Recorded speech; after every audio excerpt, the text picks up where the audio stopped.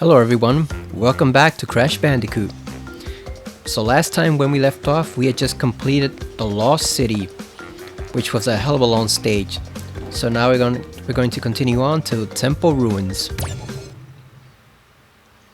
which I believe is one of the hardest stages in the game. So let's get to it. Yeah, I never liked these dark temple stages.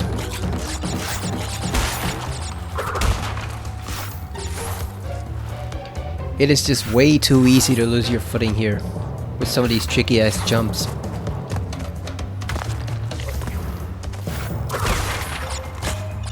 There was probably a mask in there.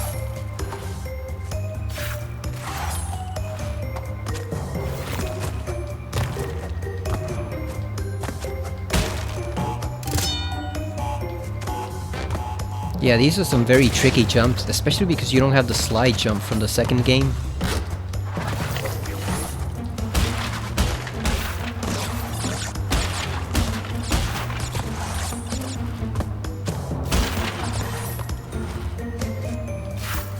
And also their perspective there.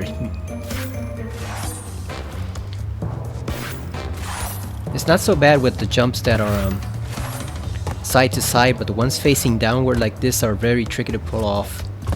Because you tend to misjudge how close you are to the actual ledge of the jump. Yeah, to those platforms that you have to land on it, you tend to miscalculate how far you have to jump to land on the platforms. You end up just jumping into the abyss.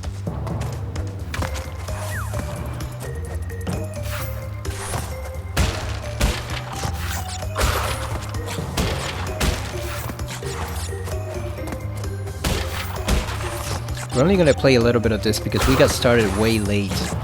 I wanted to start earlier, but I didn't realize that again the PS4 had to clear up some memory space. So by the time I did that, and then cleared up more memory space, it was already past 3 AM, so we're only gonna play a little bit of this. It's mainly to have something to upload in between Silent Hill videos so that it's not all Silent Hill on the channel. That's also why I had to get back to Astrobot too.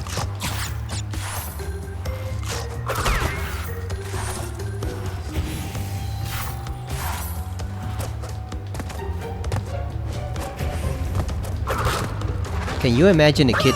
God damn. See, look at that, we already lost the mask.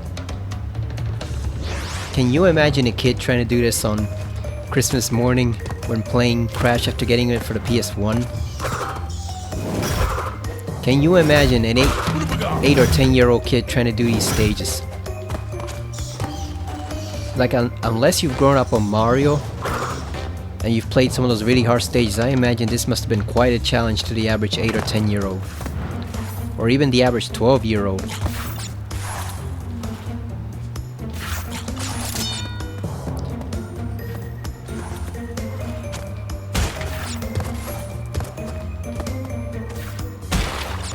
Especially stuff like that. Like those jumps there, where you have to trigger the invisible boxes.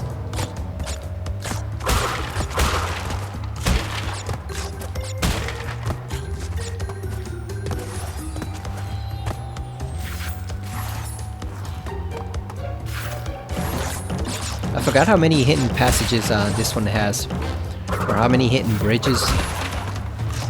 Because we have this one and then we have Jaws of Darkness. I believe this one only has probably just 2 side passages compared to Jaws of Darkness that has like 3 or so. And we once again lost the mask. Yeah, some of these jumps are brutal. And very unforgiving if you get them wrong.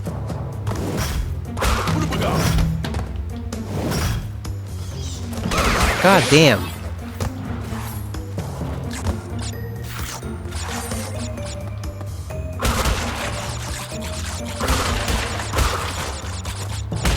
Yeah, there's almost no point to trying to get through this stage in one try.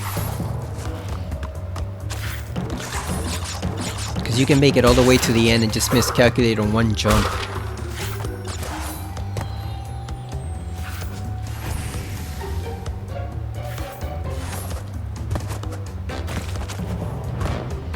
Alright, we got through that part.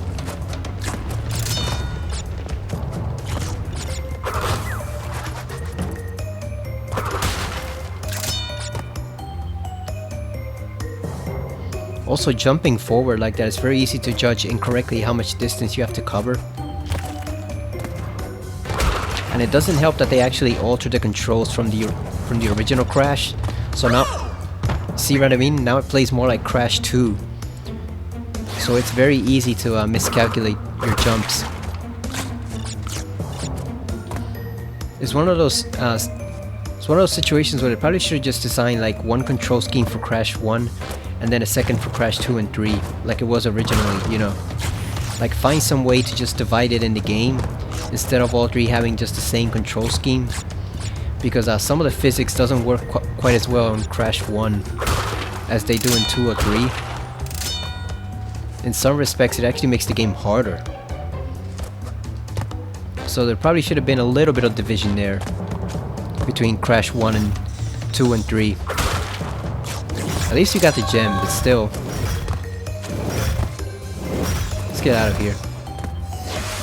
So that one wasn't too bad now that I'm used to it. But it took me a long time to figure out how to complete that stage properly.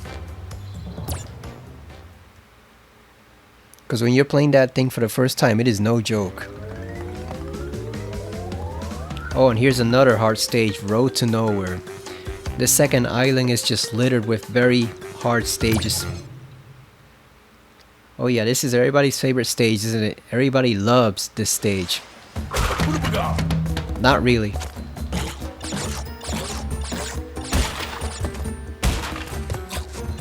They've got a nice remix theme here. It's just the stage itself sucks. It's one of those it's one of those stages where it's easy to overshoot a jump literally by just like a toe's length. And it's almost impossible to keep a mask in this one. See what I mean? How are you supposed to get past that?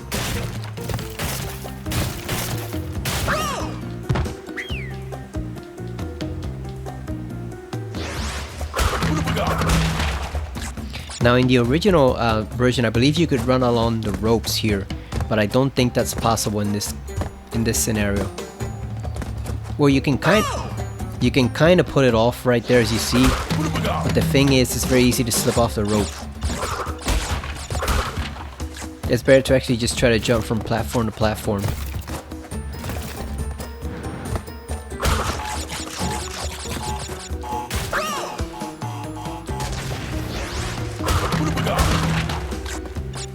I literally have hours and hours of footage that I never uploaded with this stage. Trying to do this one and the other one.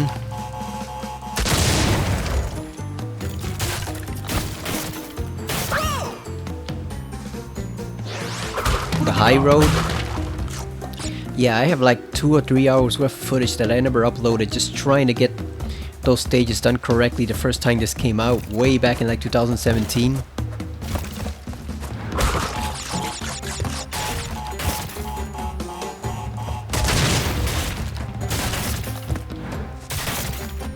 Alright, we finally got through this. And those hogs are also another obstacle because you can't kill them either. You can't spin them off. So you just have to dodge them.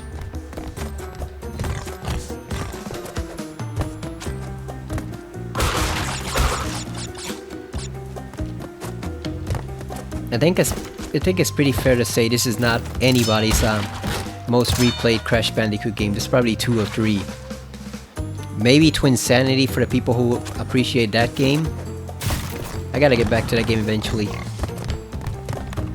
Ooh, we dodged the bullet there. And there goes Crash again. Yeah, safe to say that because of stuff like this, is probably not anybody's favorite Crash Bandicoot game.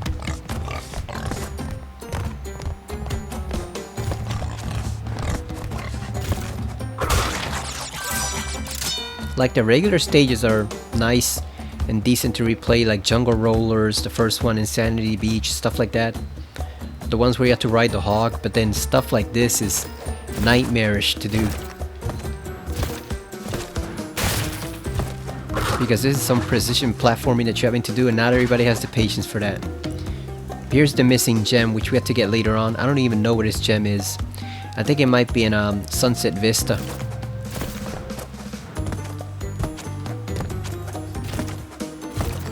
Also, who the hell designed this bridge? And who the hell is in charge of maintaining this rickety bridge that is missing so many pieces of it? Certainly not Cortex. If it is Cortex, his minions are slacking off. Because this bridge sucks.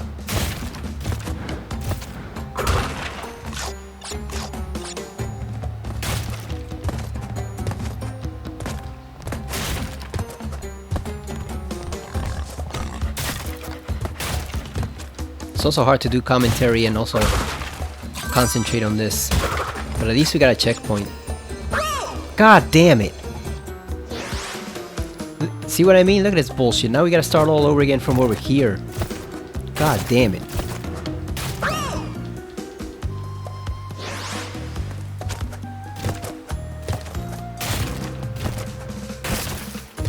What they also should have done is maybe at the end, once you beat the game, add in the abilities from 2 and 3 so I could actually have that sliding jump to make things a tad easier. That would have been a pretty great addition. Freaking pig. God damn it. Why is that pig even up here? Like 30 stories above the ground. Why is he even here? I can understand Cortex putting minions up here, but why the hell is a hog running wild like 30 stories above the ground? What is it even doing here?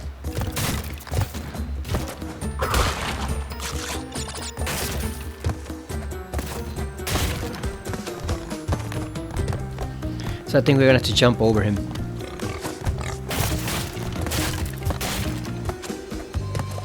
Alright, hopefully we don't miss the platform this time.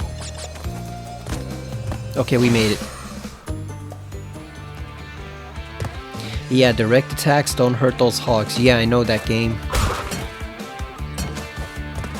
I know it doesn't do jack to them.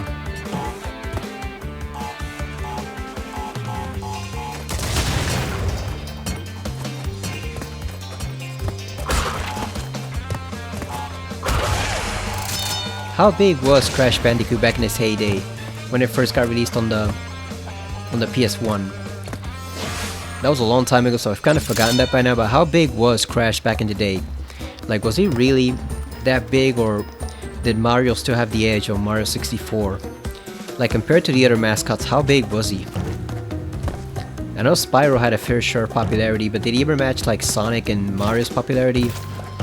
Or was he just seen as kind of like PlayStation's mascot, but not really on their level?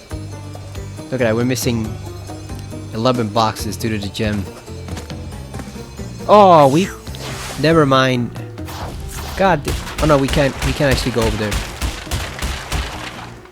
I was about to say we could have just jumped over there to where the apples were, but no, we actually need the gem. I know there's one you can jump over it, but I don't know if it's this or if it's maybe a stage in the second game. One of those water stages. I know there's one you can jump over the goal. You can jump over the little portal there and just go over and pick up the remaining boxes, but I don't remember which stage it is. Alright, now we got another stage, Boulder Dash. These aren't too bad.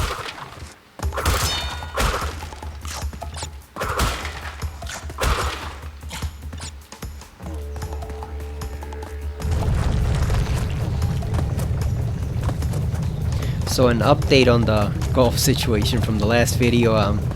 I did not win any money. Nico and Max failed to get it done. It was unbelievable. They were 1 and 2 the whole week. Nico had 0 bogeys. He was doing great, and then the last day, on the very last day, that's when he crapped the bed and just completely fell apart. It just sucked. And then Max completely wasted Saturday. He barely got any birdies, so by the time that Sunday came around, the deficit he needed to make up was way too large. It just sucked because they were literally like 1-2 Thursday, Friday, and Saturday up until the end. And then they just completely fell apart on Sunday. That sucked. some guy named Austin Eckroyd ended up winning that thing, which I never bet because Eckroyd's one of those guys where you tend to forget he's actually capable of winning a tournament. He's just so unexceptional. He's just so bland and generic that you tend to forget the guy even exists until he's up there on the leaderboard. So golf was a disaster. Did not win anything. I broke even pretty much, basically putting a bet on Necro, but I didn't actually make any profit. Now we got the Bermuda Championship, which is starting at 6 AM, so no way am I watching that or betting it for the most part because it's just way too early. Who even wakes up at 6 AM to watch a golf tournament? Like, why couldn't they have started at 8 or 9? Jesus Christ, like, they're hemorrhaging viewers, golf in general. They need more people to tune in, but they start the broadcast for its own tournament at 6 AM. Like, who the hell's gonna wake up that early to watch the freaking golf? And on top of that, they don't even cover it until like 11 AM, so what's even the point? Damn, Crash almost got knocked out there.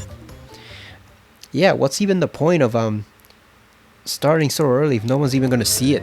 Because they're not even covering the damn thing. We're gonna save here because this is actually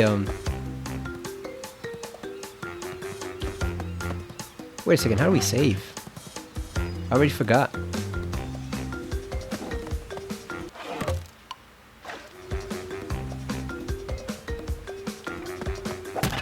Oh, there we go.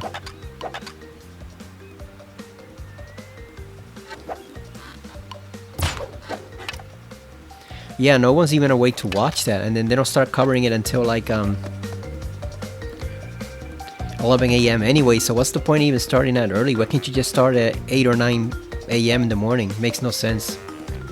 So this is one of the stages where I think you need to complete the... Oh no, you don't have to complete this one in one go. This is the key stage, so you just have to do the Cortex bonus round. So you gotta keep an eye out for those Cortex tokens.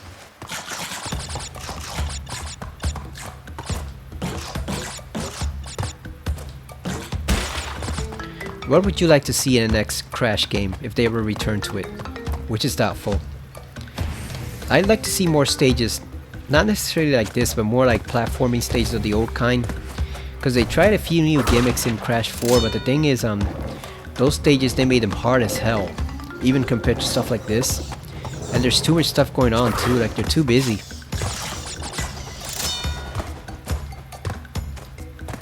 Like, I got the feeling Vicarious Visions was the better company for Crash over Toys for Bob, because this was done by Vicarious Visions. Toys for Bob did the Spyro remasters or remakes, whatever you want to call them, and they did a fine job, but I think they are patently suited towards Spyro rather than Crash. It seems like a Vicarious Visions, based on the 2 bonus levels, it seems like they understood more the style and appeal of Crash, even if they went overboard with the difficulty, compared to Toys for Bob. I think Toys for Bob is more suited for a Spyro game, where you can do all sorts of different things that aren't going to interfere with like the enjoyment factor of the stages. Because that Crash game is just way too difficult. Crash 4, to 100% that game and get the platinum, it is near damn impossible. Like, I'd rather play RE4 Remake Professional Mode, or play 3 playthroughs of Silent Hill 2 Remake on hard mode, than actually try to get the platinum for Crash 4. That's how difficult that thing is. It is insane.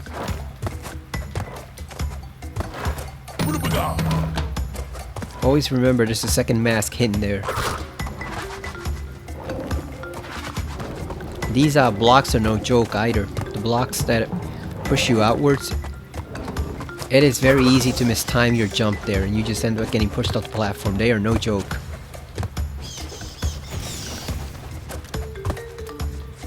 Is there a Cortex Max over there? Oh, god damn it.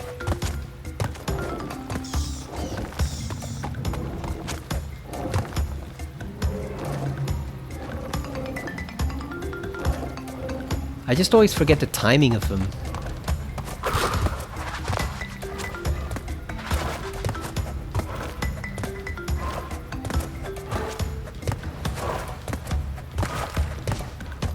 Maybe we won't need that mask actually. God damn it.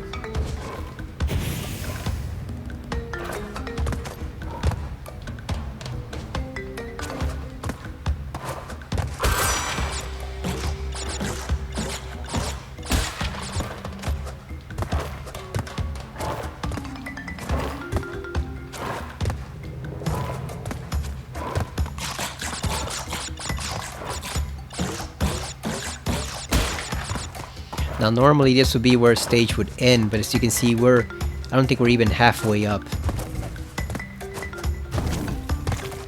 This thing stretches upwards, so it is a very, very long stage. We haven't even found the first Cortex token yet. I think there's like 3 main sections to it. Oh, and this jump. This awful ass jump, god damn.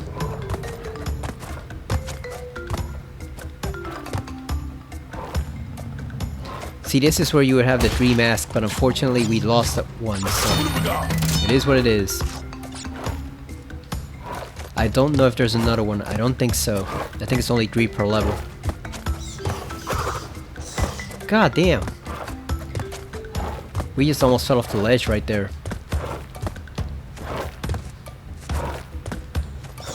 Okay, you gotta stay down here. God damn, there goes the rest of our mask.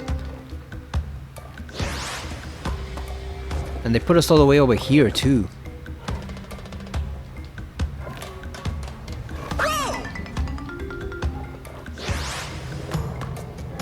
Yeah, this is some rough platforming here. I don't think Mario ever had it quite as difficult as this. He never had it quite as hard as Crash. This is some insane stuff.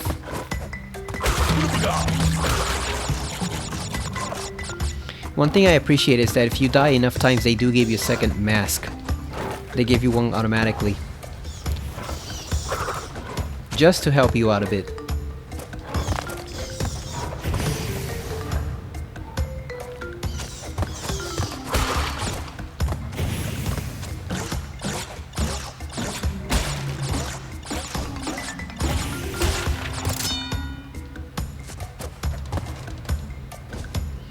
That's a tricky jump to make too, because you don't have the sliding jump.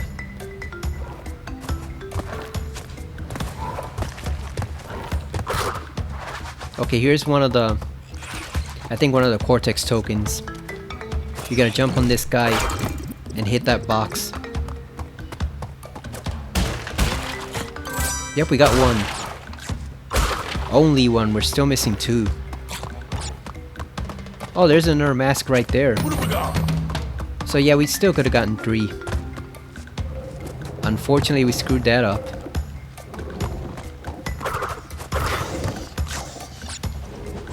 I also don't like that there's no way to drive the bats away. They always keep coming back no matter what.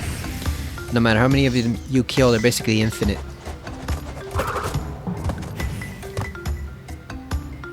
Nice scenery though. Look at that, we haven't even gotten the second Tana token.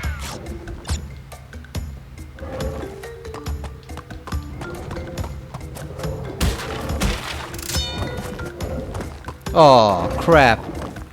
Never mind. We missed the second one right there. It's hovering above the platform. So now we gotta do this all over again. See what I mean?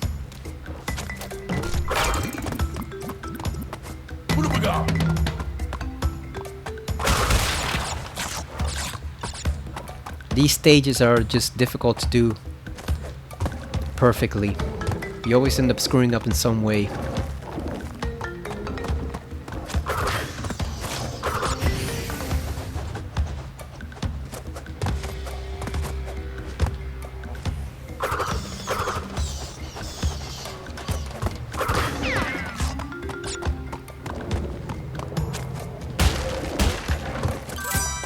Got it. They do give you plenty of masks. There are more than 3. So far we've seen 5. but it's just difficult to keep them without falling. You just end up losing one or two of them.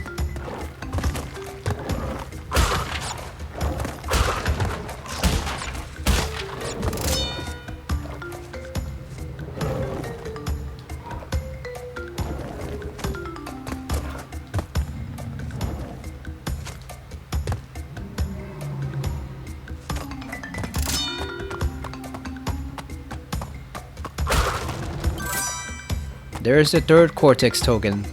Alright, we got the bonus stage. I think this is slightly easier than the Nitrous Brio stage, so let's see what it's like.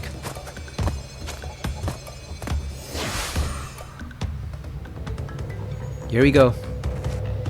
Looks ominous.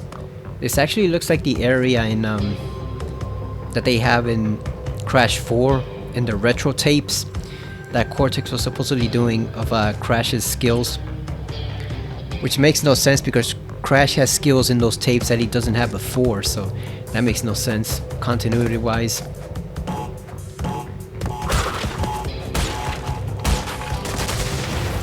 Ooh. So the trick to this one is actually you don't want to jump on the TNT just yet. You want to knock out a couple of the wooden boxes and then jump over them before the TNT sets everything off.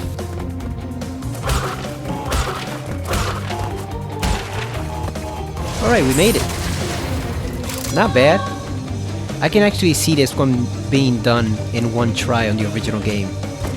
It's not quite like the Embryo stage that is just hellish to try to complete in one go. I can actually see this one going pretty well on the original Crash 1. Maybe we should play the original Crash 1 sometime just to see the comparison. Although I do think this is a bit like Resident Evil 1 Remake, where it just completely replaces the original. There's no need to play the original Crash 1 anymore, because we have this and it's pretty much almost one for one, except for a few details here and there.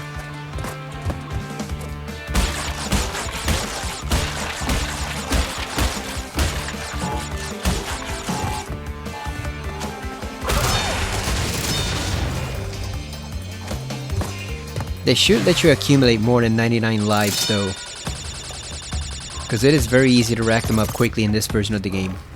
Not so much in the original, but in this one it is very easy to accumulate 99 lives if you play for like 2 or 3 hours.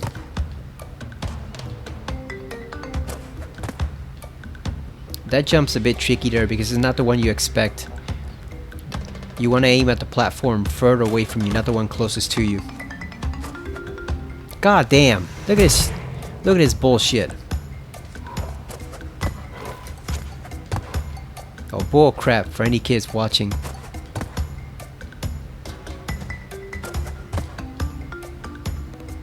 No wonder these temple stages never came back. Look at this! God damn! Look at this bull crap! Yeah, no wonder they never came back in the series. Look at this crap. And you fall from such a height. That's the thing too. You end up falling literal stories down below.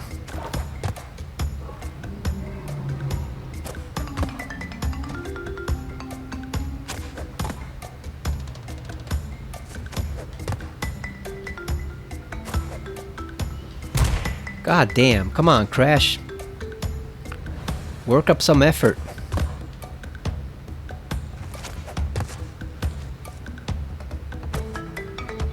Yeah, that one's...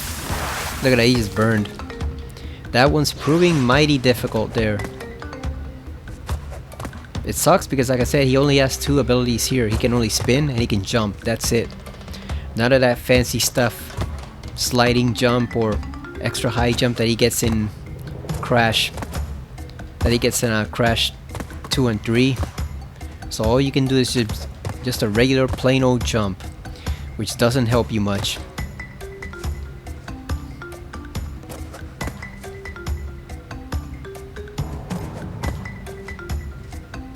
At least the music is nice. But look at this crap. God damn.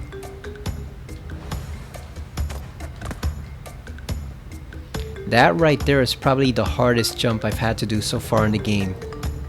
Not just a stage, in the game.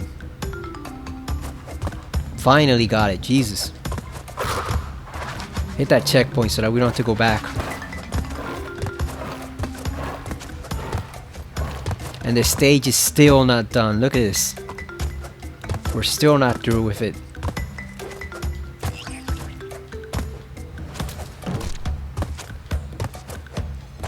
So fun fact, in the original Crash, you couldn't actually spin those guys. You had to jump on them. If they touch you, it was all over. Here you can actually use a spin attack to kill them. Not so much in the original.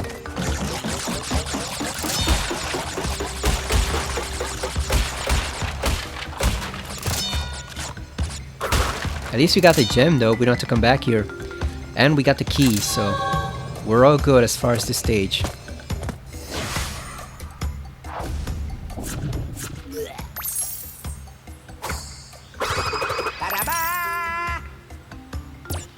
I think they should have used the old sound effect there. It had a bit more pep to it.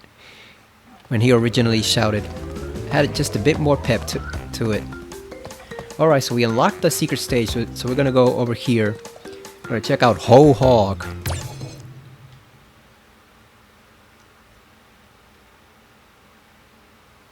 Not Bo Hog, Ho Hog. Wasn't that a TV character, Bo Hog? Where was it? Was it in Captain Planet, or was it at one of those 80s shows? This one's a bit more difficult than the other Hog stage. A lot more obstacles and more boxes to collect. You got 24 instead of 11, so it's slightly harder.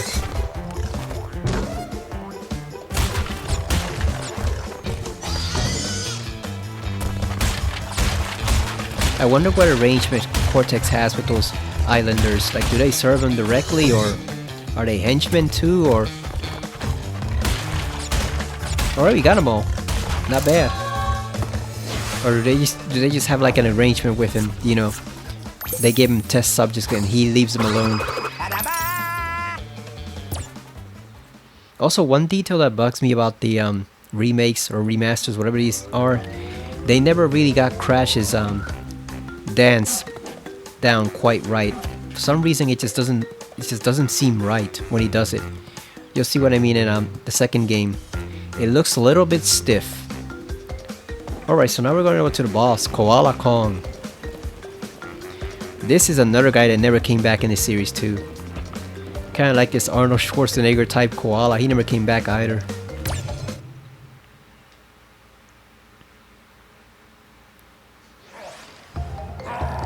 Look at that, he is jacked. He's got a tiny body too. Tiny lower body, huge upper body. How does that even work? The trick is to stand where you want him to where you want him to throw the boulders at. You can stand there and then just run away. And then shoot him back right at him. So instead of trying to run away from the boulders, stay for a moment where you want him to throw them at. So if you want him to throw the boulders to the right, stay there for just a bit. And when he does, that's when you move.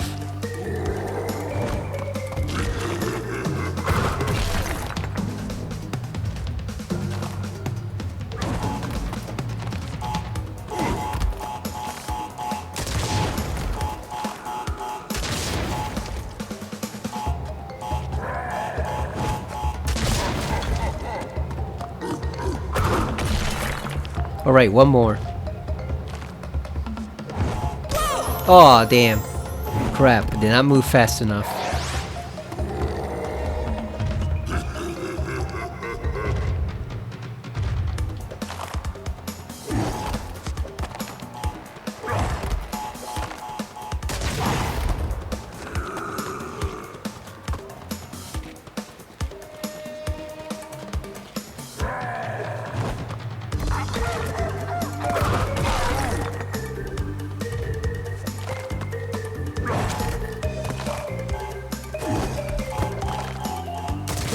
See what I mean? You can just stick to the corners and he'll throw the boulders there and that's when you move.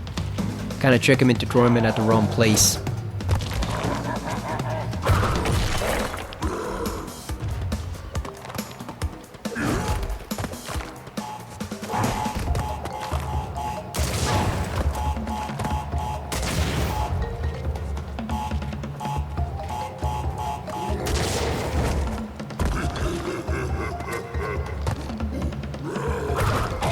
Also wonder if part of the reason Crash wasn't as big as Mario is because his villains weren't as iconic. You know, Mario has Bowser and all those Koopas, whereas Crash, some of his villains are a bit generic. And he is finished. Like the village chief, Papu Papu, and this guy, they're a bit generic. Now, Ripper Roo is a pretty well-designed villain, but outside of Cortex and Engine and Embryo, you know, like the main scientist guy, like the villains are kind of generic, or rather the bosses. I wonder if that's something that held Crash back a bit. Because even Spyro has more interesting bosses, like not necessarily better to play against, but they're more interesting. Like the wizard that turns out to be just a sheep on a stilts. Just one sheep on a set of stilts. That's actually the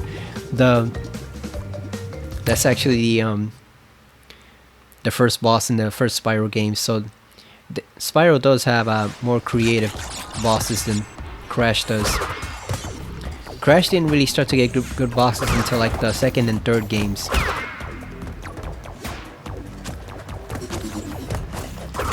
So I believe this is one of the stages where if you beat in the game 100%, you can actually see fake Crash at some point in some of the stages. I believe this is one of them. It's either this or Heavy Machinery. Or Castle Machinery.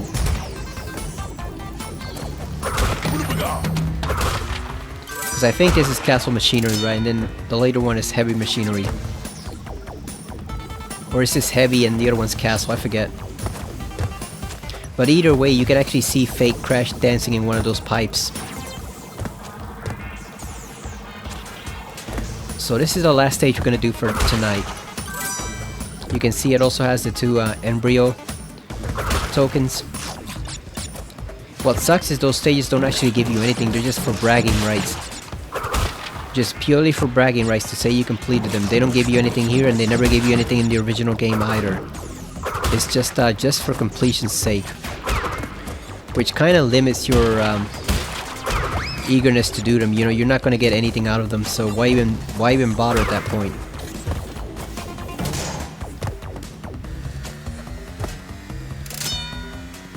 It's just one more completion percentage point.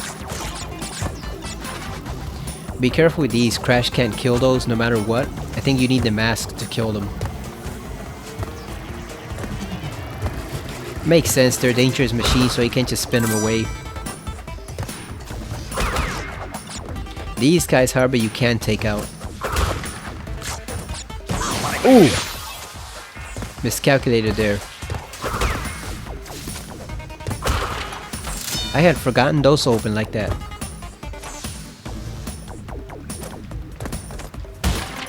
There we go, the 3 Tana tokens. I did like the alternate universe levels they did with her in Crash 4, so I gotta get back to those eventually because I did like that part of the game, being able to play as her. Ada gave it slightly different. She had a grappling hook pretty much compared to Crash and Coco, so it was a different gameplay experience. Not everything from Crash 4 is bad, you know, the game itself is actually pretty damn good. It's just a tad too difficult in some of the stages. You know, it's too difficult to complete. Which takes away the fun of it being a platformer that you know you're not going to be able to 100% the game.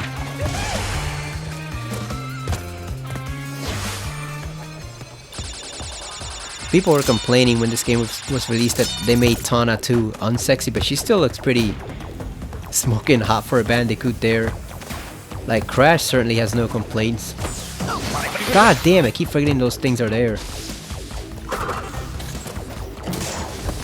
The funny thing is, if you read the lore, apparently she left him for Pinstripe, the gangster guy we meet later on.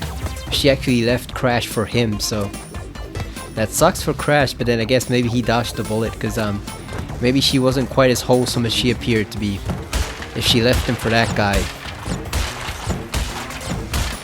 who ends up being in charge of a sanitation company according to his epilogue file. So maybe Crash dodged the bullet there.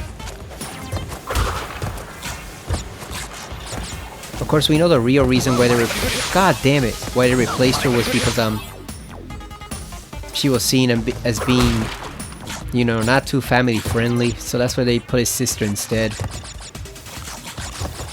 But the canon reason of the lore is that she actually left them for Pinstripe. I guess Pinstripe, it makes sense since he has more money than Crash. So I guess that's why she left him for that guy.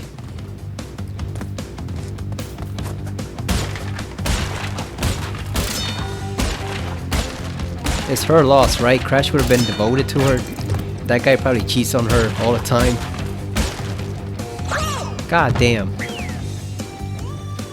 Whenever I see that guy, I always think of him as speaking with like a New Jersey gangster accent. You know, for some reason I just picture him having a New Jersey accent.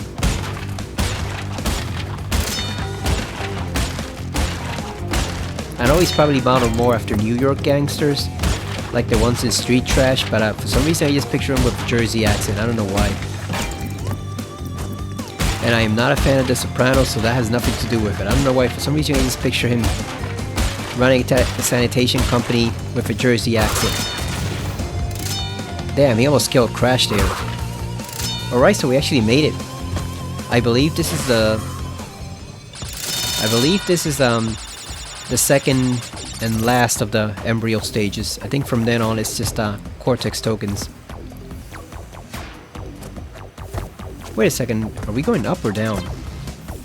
I forgot already. Oh no, we're going down. Yeah, I got turned around there a bit. Speaking of family-friendly stuff, I actually saw this interesting film recently, Paper House.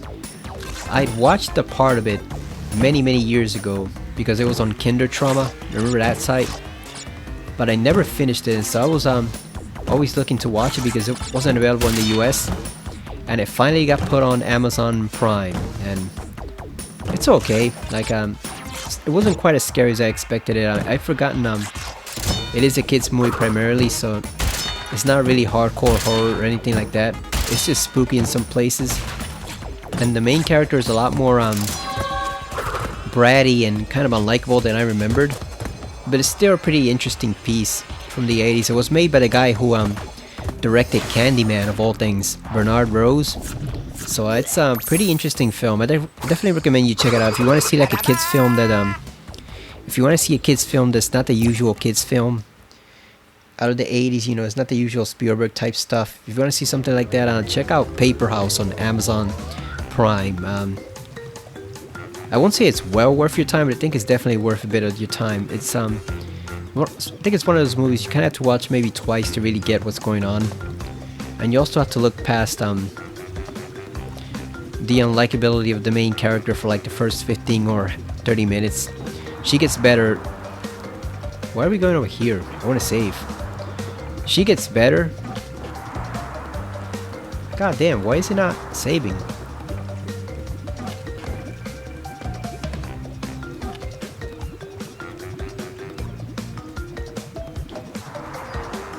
Gotta save over here, I guess.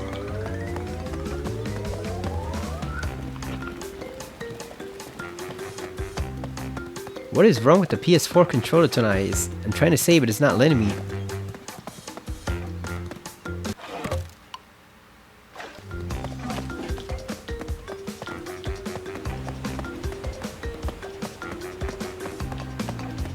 Yeah, what is wrong with the goddamn controller? It's not letting me save. For whatever reason. There we go. Had to do it at the freaking Hawk stage. Yeah, it's the weirdest thing. For some reason it wasn't activating. It was not letting me save the goddamn game. Alright, we're 49% through. We got one key. No relics so far. We haven't even tried those. We only got 7 gems, but we should be able to get a bit more. Like I said, I'm not going to get every single gem in the game because some of them are hard as hell. But we're going to get most of the easy ones. The ones we come across. We already hit 99 lives, so we got a ton of lives. We got a ton of spare lives to play around with. The next stage is actually one of my favorite, Cortex Power. And then after that, I think we have the Donkey Kong stage, Toxic Waste. It's kind of obviously inspired after Donkey Kong with them throwing barrels at you. Then we have some of the harder stages in the game, the high road, Jaws of Darkness, the ones where the lights turn out. So we've got some pretty difficult stages ahead of us, but we're making good progress. I think one more video should probably do it. 1 or 2, depending on how long I play. Maybe if we play like an hour, it'll probably be 1 more video. If we only play 45 minutes or half an hour, it should be 2. But either way, we're almost at the end of Crash 1. It went by pretty smoothly. After that, I guess we'll move on to Crash 2. Like I said, these are just to break up the flow of survival horror video on the channel, so it's not all survival horror. Because it seems like pretty much all I've been playing recently is just Silent Hill 2 and Alan Wake, so I wanted to have something different.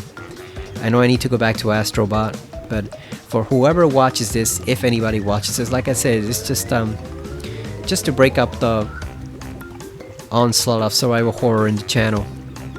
Aside from that, this is a pretty fun game. Obviously it's dated in some respects, you know. Crash is very simple abilities here. He doesn't have his usual tricks from later games, but it's still fun to go through the game as long as you realize how difficult it is in some spots. Like there will be stages where you die a lot. I mean, you just saw that right now in the temple stage. So there are some difficult stages here that are quite a gameplay challenge, but as long as you know that going into it, that it's not going to be just this easy, you know, pushover platformer that you could just completely finish in like a day or so. Like, as long as you realize what you're getting into, Crash 1 is still a pretty fun game, even if Crash 2 and 3 are arguably superior. They're by far the better two games of the 3. But the first one is still pretty good. I enjoy it, and I like replaying it from time to time.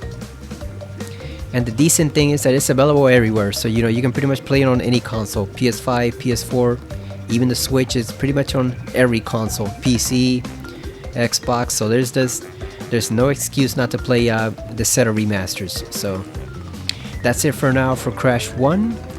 I'll probably record another video for it, maybe like in a couple of days or so, but yeah, thank you for watching for anybody who tunes in, and I will see you again next time on Crash 1. Crash Bandicoot 1 remastered on the PS4. See you later.